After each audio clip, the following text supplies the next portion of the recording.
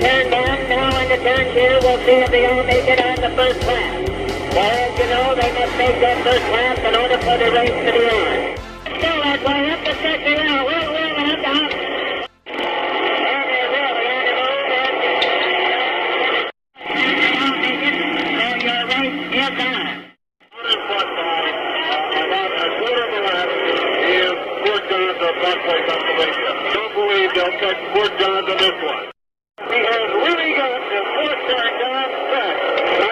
If you look up there now, you see nothing but a cloud of dust rising up.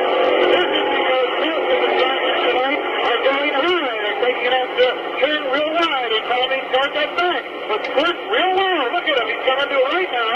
He's not more than 15 feet off the inside. Squirt Johns now coming in, getting a white flag, signifying there is one lap of racing left tonight. So, the winner! That's out from the bottom of it! And pushing the field, but probably not for long. Number 511, from faraway Brockway, the orange ogre of the oval, Stanley Squirt Johns!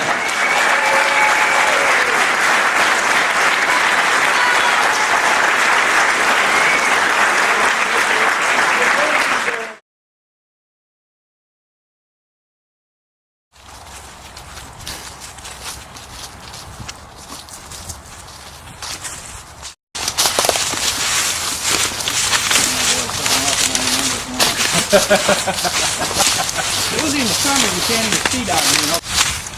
My God, it's here. This is the real deal.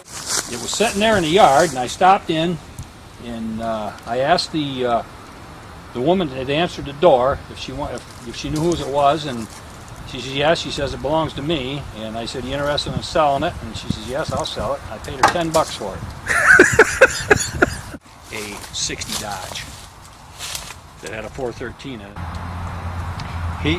When Squirt got done with this car in '64, then he got into a Plymouth. He bought a '65 Plymouth next. Did he? That was just, so he ran this car 61, 2, 3, 4, probably 4 years. When I put this car here, it was all together? It was all together. It was all together, and this is what 35 years has done to it.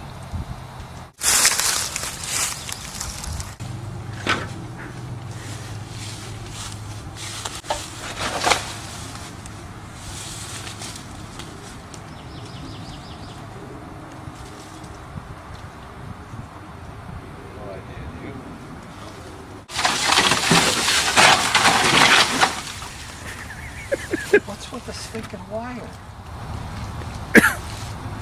Well, you know, he used to flat tow this car, you know. He didn't haul it on a trailer. That's true. He may have tied that steering wheel. Gotta go with it. It's historically significant. Well, I'm excited. Look who we found in the field. Oh, boy. You brought everybody, huh? Hey, there's the seat. That's the seat. That about killed me. Wow. 60 dogs, I think. Right. I 61, I built the dog, and it was a 60 dog. You ran that, what, about 3 or 4 years? Yeah, 3 or 4 years. Oh, it was ugly. Where did you find that? They found The old Dodge. That right there, I probably put in What did 511 mean to you? Well, 511 just meant a guy that came up there and won everything. Yeah. You know, Stanley Squirt Johns, big orange pumpkin car, big black lettering on the side, and a very fair, very fair but hard-working driver that you could start him 30th in a car in a field of 20, and he would work his way up there. He had a nose for the lead. There's Squirt Johns, another one that couldn't drive a wheelbarrow. Won every race. Squirt, this is a thrill. And your real name is? Stanley Lee. Stanley Lee. Stanley Lee. And obviously we know you as Squirt Johns. How did Squirt become Squirt? My mother, I guess, when I was long when I was born, and somewhere in the, or looking at me or something, she said, "My little Squirt," and I guess I've been Squirt ever since. I was barely out of the womb, I guess, when I became Squirt. What did your dad do? What was his background? He was a mechanic. Well, he went to work when he was 13. Right. Worked in Alcoa down in Pittsburgh. And then he came back and went to work for Albert DeMott and DuBois in Brookville and worked there till 1955. He bought this building across the road and opened up his own place. And his own garage and stuff. Yeah. And did he service trucks like I see you out here now? Oh, at first it was mainly cars, but gradually it was almost all trucks. Did he have an interest in racing? Was that Oh, kind of. He never raced. I don't know if you people know, but Wayne Bullers, who was a trucker here, who we worked for on his trucks, he built a race car for Don Bailey. That's the car we helped build. And Don was a state NASCAR champion for a couple of years, and I think finishes third or fourth in the nation too, and in the sportsman division.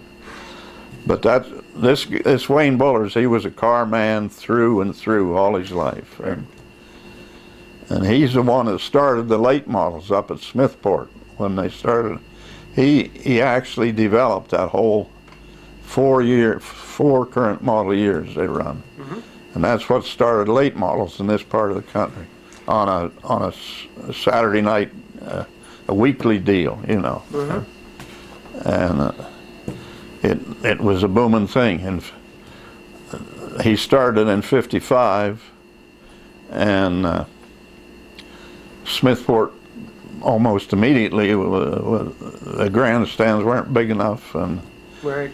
It was a big hit right away, and I was friends with him all his life. He convinced me. He hunted a car. He knew where there was a car down in North or South Carolina the car run Bowman Gray Stadium, which is kind of a famous stadium down in Winston-Salem or someplace down there, and he knew about it. I agreed to buy it, and he hauled me down there in his car, and we towed that car back. And then I started running late models in '56 in that circuit he started up there. And first years, everybody wanted late models because they were, filling the grandstands on account of it. And it was something really new, and it really went over big. But it was amazing to me. To me, he's the father of late models, and maybe in the whole Northeast. I don't know. Now, had you raced cars before then, Squirt? Yeah, I probably raced maybe in '50. Car I didn't own, a Model A coupe, with no roof or no roll bars or nothing. It rolled on me. Really?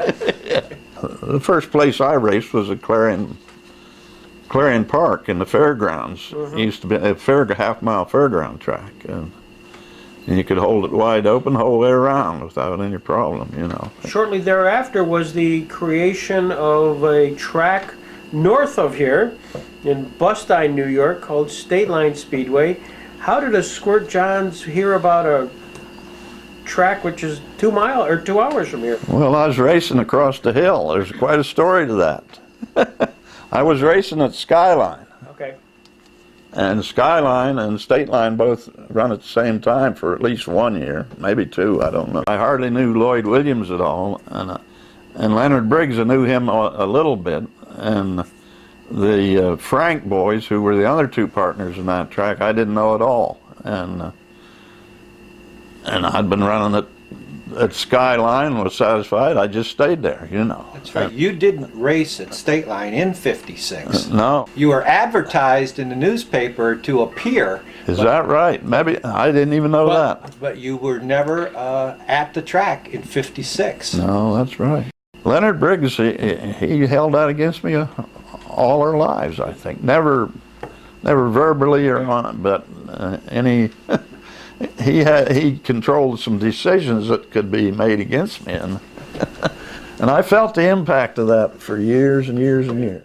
It made me mad and made me try harder even, and I never. I mark it against him, but I bear no grudge about it, you know. And So at some point though, he drew you, or something drew you from Skyline to Stateline. Your first time? Well, I could see. I think I seen it dying, you know. Skyline. Yeah, and I think that's what it was. And the purses were better over there. Maybe something like that. I'm sure money would have made a difference.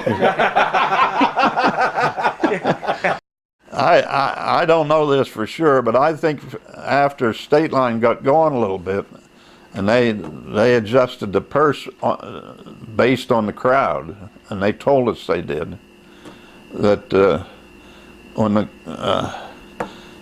I think we made more money running Stateline than you'd have made if you'd have run a 50-lapper down to Heidelberg in Pittsburgh or something. Well, I think even early it was getting up close to $300. Remember that I used to look at the grandstands, and it seemed like when them grandstands was full, I run better that night. The purse was a little bigger. That's what I was figuring. They eventually went away from that, and they had more of a standard purse, but that was a big enticement to me. There was that, purse-based, it would raise when the crowd raised. Clearly, you're recognized not because of your success, but because you had an orange car. Oh yeah, Squirt. Yeah. Squirt made a difference, I think, too. What does Squirt Johns mean to you? A lot. Squirt was a big fan. He drew a lot of people. Lou drew a lot of people. Why was that? He was a winner for one thing. Yeah. That helped. He lived 90 miles away from Skyline Speedway and come there and race every Saturday night. I mean, it's unbelievable. I mean, today 90 miles is nothing, but back then that was a big deal. It was good with the fans, with the kids, he talking to them, and he had time for them and stuff like that. Maybe I like Squirt because I knew he was a good draw for us. I don't know. Yeah. But because he definitely was. I talked to him a lot of times on the phone after he got hurt there, and I was quite interested in getting back to racing. And like I say, it probably had more to do with the fan base he had. That's what I think, but maybe I shouldn't have been looking at it that way, but I always got along good with Squirt. You had Squirt, 5'11", orange. You had a strange number, you had a strange color, and then a name which was not your normal name. How did the orange come from? Well, this guy right here painted his car orange and black and put 51 on it, the very first one we made. Oh, is that right? Yeah, this Wayne Buller's, and towed it to Butler. And that was a NASCAR track, and got there, and there was a 51 there, Bunny Miller's car, and so we added the 1, and that's how it became 511. I remember the track announcers saying, Squirt Johnson, Faraway Brockway. Well, over at Smithport, that Basson used to call me the Sly Fox. I liked that. Was Stateline one of your more favorite tracks? Oh, yeah, I always liked Stateline. You could get down, you could run the inside pretty good there. Or I could run the inside pretty good there. I'll tell you a good story about the inside at Stateline. Chub Frank, you guys all know him. When he was a boy about that high, he used to run, of course his dad was a track preparer, and he used to run around driving one of them old jalopy cars to run the track in. And they had the inside run in, his dad thought, and he kept motioning Chub up to go up above, and Chub would come around the next time and he'd be down the inside. And finally his dad stopped him, and that's a big job for a kid that has to stand up to see out, to get down and holding the steering wheel, push the clutch, and get it into neutral and stop, for you know. And his dad says, "Why ain't you going up there?" "I'm running the inside in for Squirt," he said. So I always thought that was wonderful. Drivers that sort of were role models for Chub Frank? Oh yeah, you know, like you were talking about Squirt Johns, he definitely was one. He could keep that big old pumpkin down there on the inside where everybody else was running around the outside, you know, and it just torque off them turns like crazy. Like I say, Dean's up here throwing dirt over the fence and Squirt's down here going by him. You know, when you put the back end out, you're using your horsepower to make the, you know, you're going north down the one straightaway, and you're going to turn around and go south down the other straightaway. And when you put the back end way out and spin the back tires, you're using your horsepower to turn the car.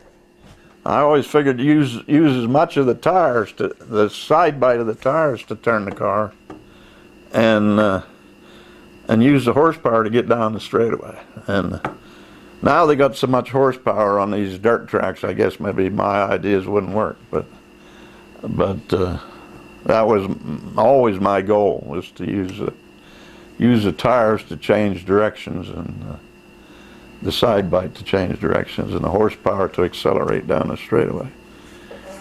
How did you learn that? I mean, is that something just from experience, or did you have a mentor? I think it's just a logic to me, you know. Yeah. You know, I don't. I think maybe it also worked better, you know. And I run cars with sometimes it didn't have a lot of power. I run some cars that had a lot of power, but I still used the same ideas. Bradford Speedway and Stateline run a NASCAR show too. Mm-hmm. And Bradford, I went there, and you know, they had maybe 12 cars come to that track. Mm-hmm. That were actual NASCAR regulars. There was Buck Baker, mm-hmm. Junior Johnson, Lee Petty, and I don't remember the other guys in there, although their names would be recognizable. It just slipped my name. But Buck Baker, he spun me out when we was out practicing. I'm sure on purpose to let me know who was in charge, you know. And he didn't do me no damage, but he spun me out. He evidently was good at this, because I don't believe I ever went around quicker than I did when Buck Baker spun me out.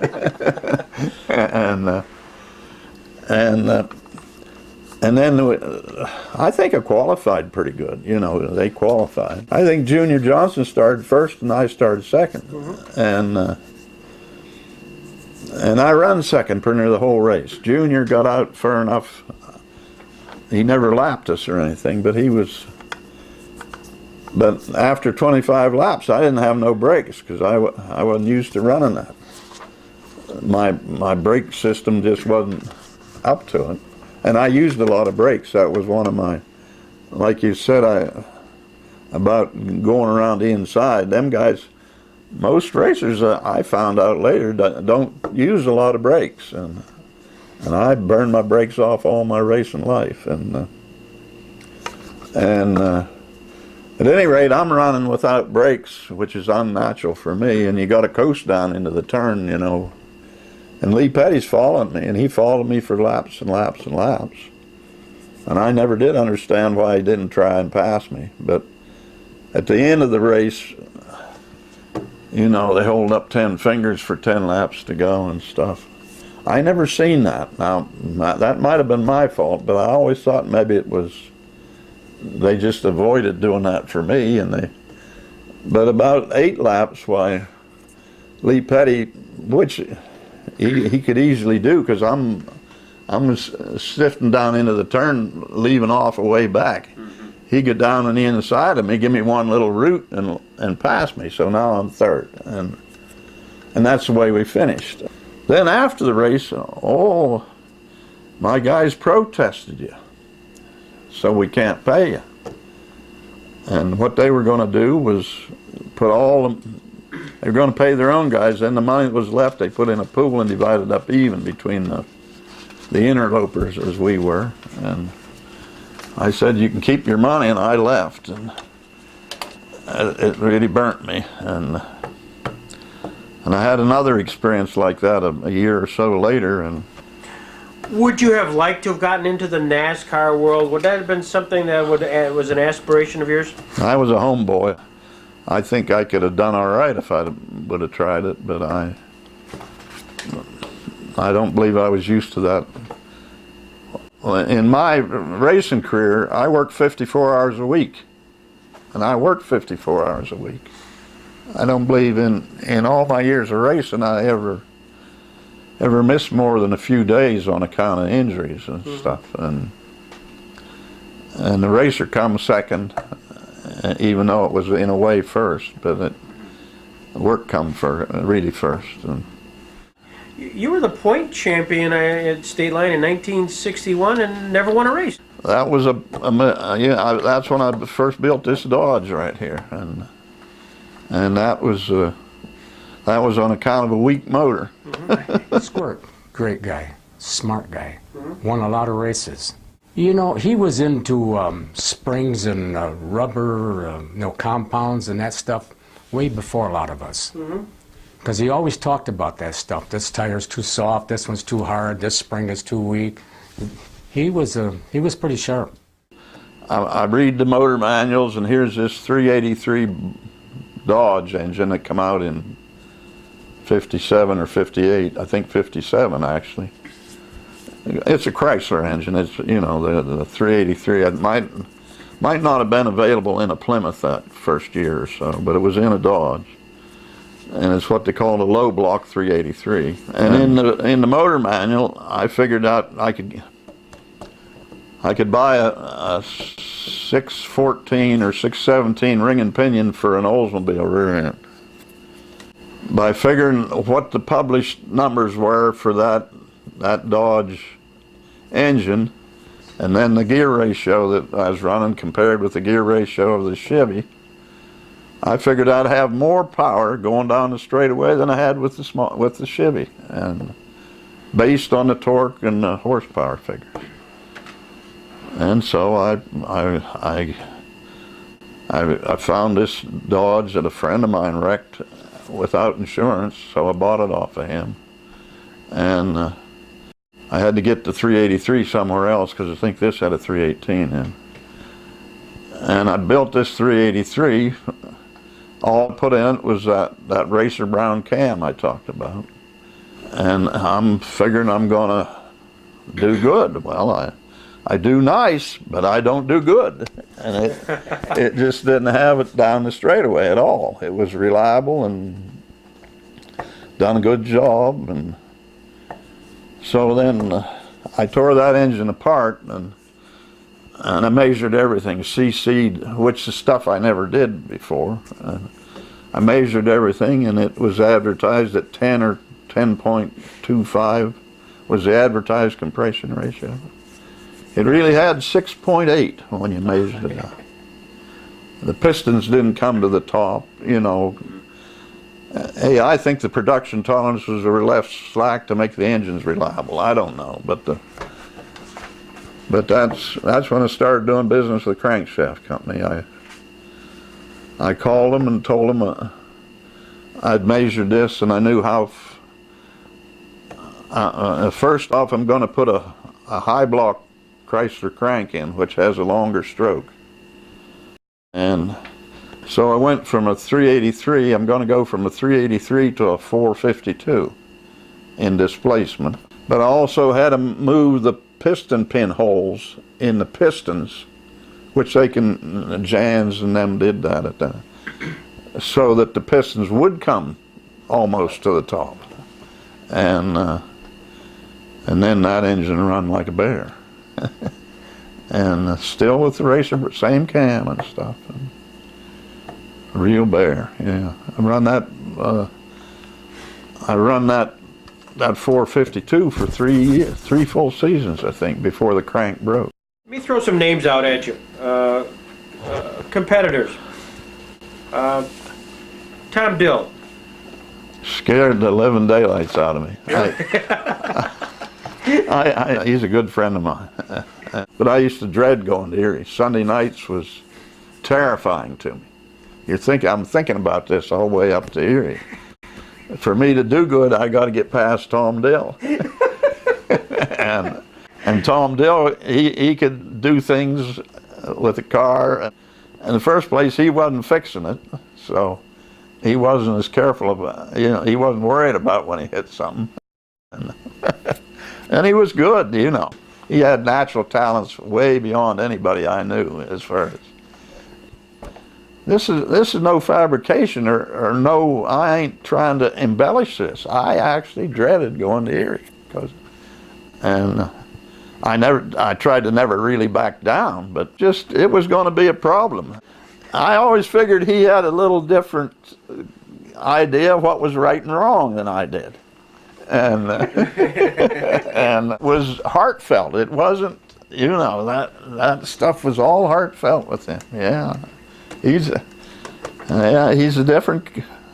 really different from me, but I respect him and think he's got honor in his own way. Squirt Johns. When I mention Squirt Johns, what's that mean to Tom Dill? He was a class of the field at that time. Yeah. Why was he so good, Tom? He cheated a little.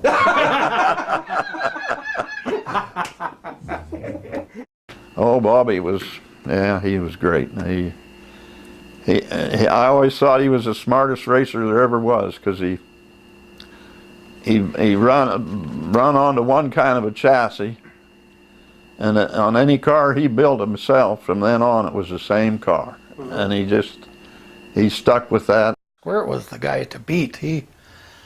Squirt had an ability to miss the wrecks too, and I seemed to find them. I could go like hell, and I'd run into somebody. So yeah, Squirt was great. I think he learned me how to get around Stateline. Squirt always slowed down a little bit coming into the corner. I figured out finally instead. See, I wanted to be like Dean Layfield. I'd throw it up toward the fence and throw it into the corner. And of course, then when the wreck was already coming in flat out, going sideways, there wasn't much I could do. And Squirt's style was a lot better for missing the wrecks. What was his style? Well, he just was smooth about it. He'd come up and he'd slow down. He liked to run the inside, and he just made sure he got traction coming off the corner, and he just never got excited, I guess. He was very smooth about the thing. We tried, a lot of years before we could beat him. You mentioned Squirt Johns. Did you get to know him much? Yes, he actually helped me with setting up the car, which everybody told me he wouldn't do. They said, he'll tell you lies. He'll tell you the wrong thing to do, but he didn't. He told me what parts to use that would stand up, and he was quite helpful. Ronnie Blackmer. Oh man, his father-in-law, at one time father-in-law, was the basis of his success. Frank Ruhlman. Frank Ruhlman was an innovator. The way he built the car, the chassis, welded. Everything in a Ruhlman car was welded to everything that was beside it. The body was welded to the frame. The frame was welded to the bumper.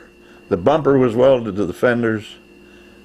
This man must have burned up 10 million coat hangers And gas welding is slow, and this was all done with gas. But he run almost totally stock engines, even hydraulic lifters adjusted so they wouldn't float. But his cars were lighter and tougher because it was like a car made in one piece, because he made it all one piece. The doors were welded continuously. The seams where the body, they were welded continuous, not just up and down, the whole way around, you know. And Blackmer could drive, and he could drive an underpowered car, wonderful, you know, and get out there and put his foot in the mat and just hang on and steer. You know, in them cars, if you slid, you were wasting energy, you know, slid too much. There's a certain amount of drift, but when you slide too much, that's a wasting energy. Jay Plyler. Yeah, really good. Had a powerful car, but he's been racing for I don't know how many years, and I'm watching him run his coupe one night. And he's been winning and all this. And here he's going down the straightaways at Stateline, spinning the tires almost the whole way. He's almost the whole way down the straightaway before the thing quits spinning. And I must have been in a semi or something, but maybe not even that night. I get him and I talk to him. I said, "How come you're wringing the tires all the time? Why don't you?" And then Jay Plyler taught me that race drivers, there's hardly any of them that when they're ready to get on the gas, they get clear on it. And me, I always feather-footed, and anyhow, Jay, then he tells me, well, that's, yeah. And I tell him, well, you can go faster if you ease off and let him hook up and keep it hooked up, you know. And he come around a few weeks later and thanked me for, and then I found out Bobby Snars was the same way. He used to gear his rear end up in order so he wouldn't spin like that the whole way down the straightaway, so the power would like match the track. And I always run way more gear maybe than I always wanted to be able to spin anywhere I could, but never do it was my aim, you know, almost do it, but never actually. Like running on ice, that's the way you run on ice. And I didn't realize, but I guess most drivers maybe don't. I remember Hyle Russell, he used to, and maybe Eddie Kisco, they used to get in the turns and you'd hear the engine going, rip, rip, rip, rip. Well, they're pumping on the gas. Now I guess that's a way of feather-footing, but it ain't, I don't believe it's as effective as a steady. And then I noticed throttle linkages. Some of them, the foot feed only moves that far from nothing to wide open. So how are you going to feather-foot a car like that? My throttle used to move that far and I used to make it so it would do that, you know. Lots of little things like that have a big effect on how you can run. Skip was a cool guy. I just, you know, he was a cool racer, a heady racer, I always thought, and sensible, and with me it was, he was not only cool that way, he was cool socially and all that stuff. me, I was kind of a cool racer, but socially and stuff, I was an outcast. Dave Turner.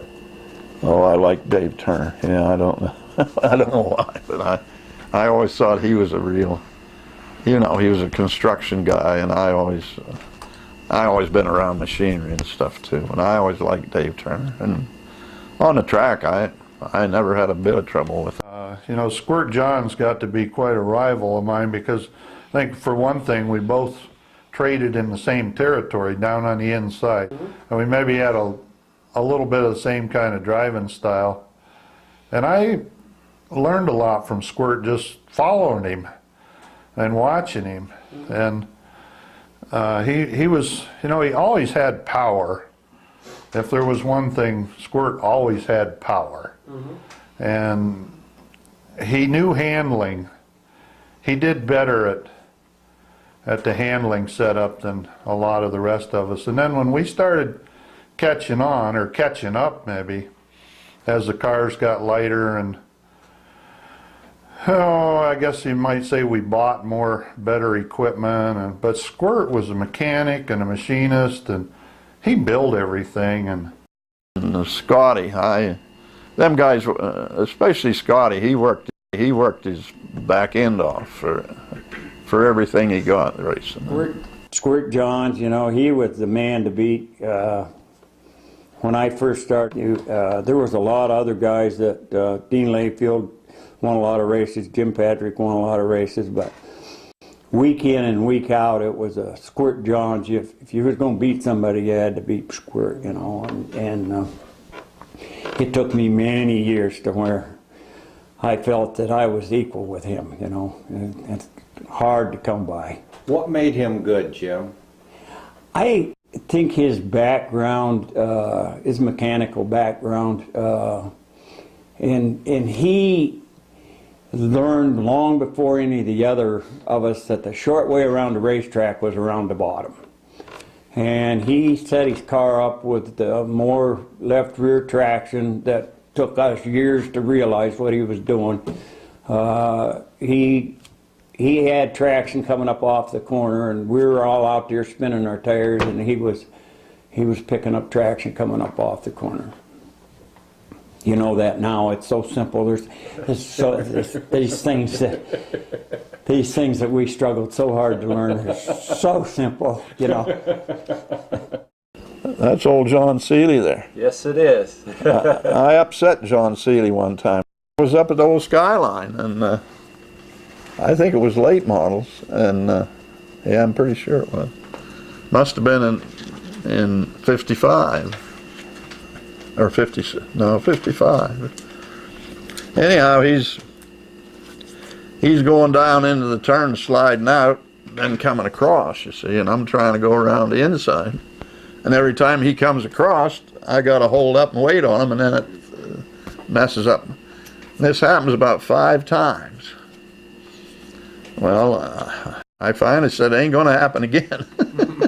And I give him a ping on the back end, you know, like I hope similar to as good as Buck Baker done to me.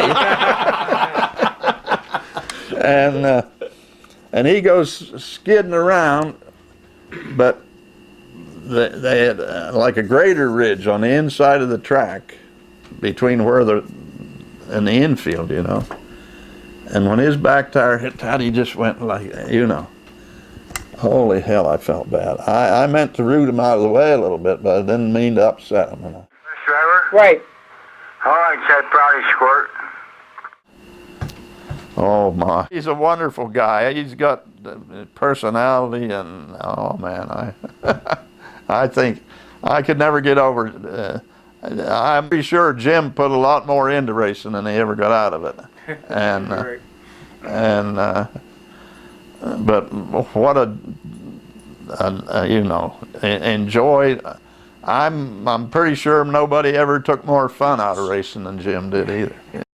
Two guys from Kane, Pennsylvania, Hyle Russell and Eddie Kisco. Yeah, I used to buy candy from Eddie. You know, Is that right? Him and his mother run a candy store, and I used to go. I'd buy a block of milk chocolate. 10 or 15 pounds in a piece, and yeah. Yeah, Ed was a prince of a fella, and Hyle, who I never knew as well, but they were both good guys in the track, I always thought. Not uncommon where at the end of a race at Stateline that they would actually let the kids out on the track. How did they dare do that? Well, it just kind of slid up, you know, the way I don't know if you're familiar with the way the gate was, but the flagman had a gate through the fence, and a little flag stand there on the outside of the wheel rail, but in other words, he was between the the main fence and the guard fence for the track is where his little flagman stand was.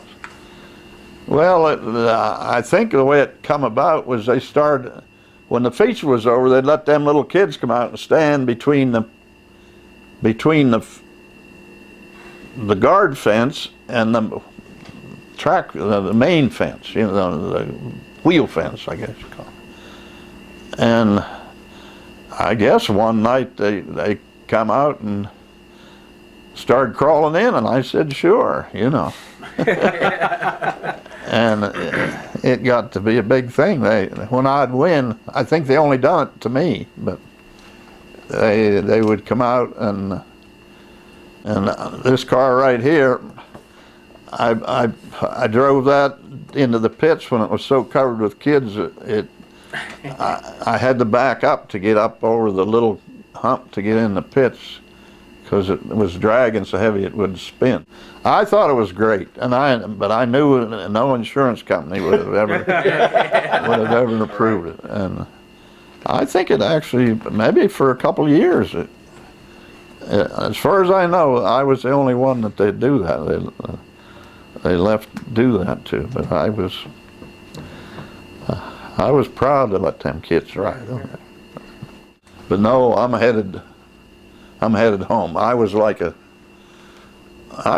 outcast, not outcast, but like an oddball, because first place, I'm a teetotaler. Yes, I was without liquor long enough that it tastes terrible. I drove a car for them Indians, Jughead's people. I don't know, the one had a car dealer in Onoville, which is underwater now. Pierce. Huh? John Pierce. Yeah, well, Jugs, some of his circle of Indian friends, one of them owned a car dealership in Onoville, and they had a 57 Chevy there, and for some reason my car wasn't running or something, and I said, yeah, I'll run. They wanted me to run theirs, and I said, sure. And I come in from running the heat, and it was a bear to drive and really hot in the cab, and there's one of them holding a orange pop, bottle of orange pop. I said, how about a swig of that? I'm steaming and my mouth's full of dust and stuff. I take that thing and I tip it up to take a swig, and it's spiked. Holy hell, it hit me like a ton of bricks. And I spit it all over him, and it was the end of the season, and I think I had a Camaro this year, so I don't know what year, but probably in the 60s and late 60s. But I knew a flagman guy and this guy was flagging at Smucker's down which is right below Latrobe. And he told me to come down there. I said, I don't go no place. I says, you'd go there and run, and then there's always something the matter afterwards, He says, you come, you'll get paid, he said, And I go down there, and Herb Scott, Turk Burkett, all the down Pittsburgh way guys were there. Herring was there, and all them guys that have a good reputation, Blackie Watt, and anyhow, I'm down there, and I start off. I qualify like 8th or 6th or something, not bad, but not up front. And them guys, they take off, and they get ahead, not clear out of this picture maybe. I'm running along. In the turns, I'm missing the holes and stuff so my stuff ain't, try and keep my stuff from breaking. And I'm still running this way. And a friend of mine from Clearfield that runs down there, pretty soon I'm up beside him, and he's running the outside and just driving the unmerciful hell out of his car. And I'm just gradually sneaking by him on the inside and missing the holes, and pretty soon I realized I'm gaining on them all, and it was a 100-lapper. And I ended up winning that race, and I think I got the biggest purse I ever made in my life. Right. Now, did you hurt your eye? Was that during racing? Was that a? No, right over here across the road. Is that right? Yeah. What happened there? Oh, I'm changing a universal joint right up in a good friend of mine's pickup truck with an air punch, trying to save time, you know, and the spall come off the end of the air punch, went right through the center of my eye, clear back into the retina. And this would have been about when? Probably 70, 71, around there. So you're still racing it? I mean, you're still racing at the time? Yeah, there you go. Right there's the proof of it, yeah. It's because I had 2 years or 3 off on account of my eye problem. And I got soft. I wasn't used to putting them hours out in the garage. It wasn't fun anymore. They were work. But I'm down there at Clearfield and running at night, and it's they messed up on watering the track or something, and it's dusty. And I'm out there following some guy in the dust, you know, and it's dusty. At any rate, I'm following this guy going around a turn and coming up onto the straightaway. I know that, and he makes a quick jig. And I say, that can't be right, you know, because this is the track, I'm pretty sure. Well, in another second or so, there's a guy crossways right in front of me. And I broke my foot. And I thought, you've raced all these years, and if you ain't smart enough to not race in dust like that, you better quit right now, because you ain't never going to get smart, I told myself. And that's the excuse or whatever I gave myself, and I quit right then. I didn't. Everything was always my way. Sometimes it worked out, sometimes it didn't. But to me, the racetrack was the ultimate freedom, because even though they'd done some squalling about things and stuff and about rules, once you got on the track, I was never at a racetrack where anybody didn't get paid for the position they finished. I never seen anybody disqualified for hitting somebody or for dirty driving. You know, that all got settled among the participants, you know, in one way or another. By just being civil with them in the pits and stuff, just make an effort to go talk to the guy, say hello, and I always thought I got treated wonderful by a bunch of them guys that I seen them hit other people just literally to pay them back or for the devilment of it, you know. And I never thought I got much of that. I always thought that them guys helped me get a purse. I made it a point, them guys that were putting a lot into it and getting nothing out of it, anything they asked me, I always give them honest answer. I give everybody honest. I might not answer somebody, but if I answer them, I give them an honest answer. I'm blessed in every way there is. You see that face there? You see that face? That's the luckiest bastard in the world. Do you recognize anybody in the film? Well, a few, yeah. I haven't seen I think my father was in the background in one of them things. Right? Yeah. That surprised me. Yeah. Of course, my children, my son and my wife were in a few of them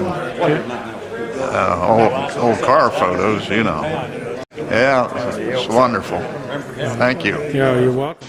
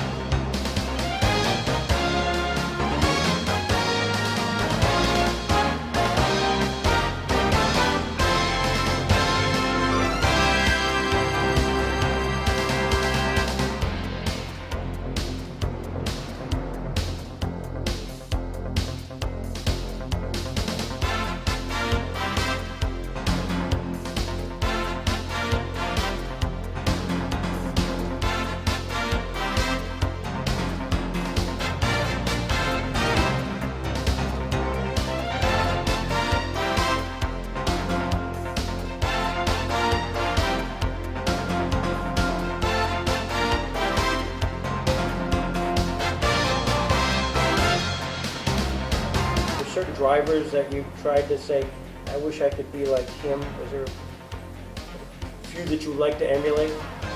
Maybe Squirt. But Squirt, yeah, Squirt was great.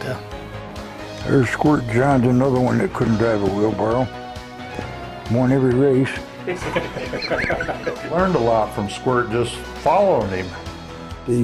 He had a nose for the lead. Squirt was he was quite a lot of 20 years ahead of us when it comes to driving them race cars.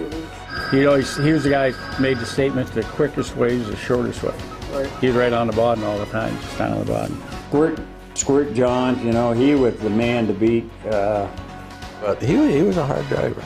Yeah, he's a good driver. Remember, he would always drive coming through the turn with his head halfway out the window. Squirt Johns, oh yeah, from Brockway. He was one of my favorite friends. He won races, and you do that, and you got people following you. Yeah, and he's got a good personality, Squirt.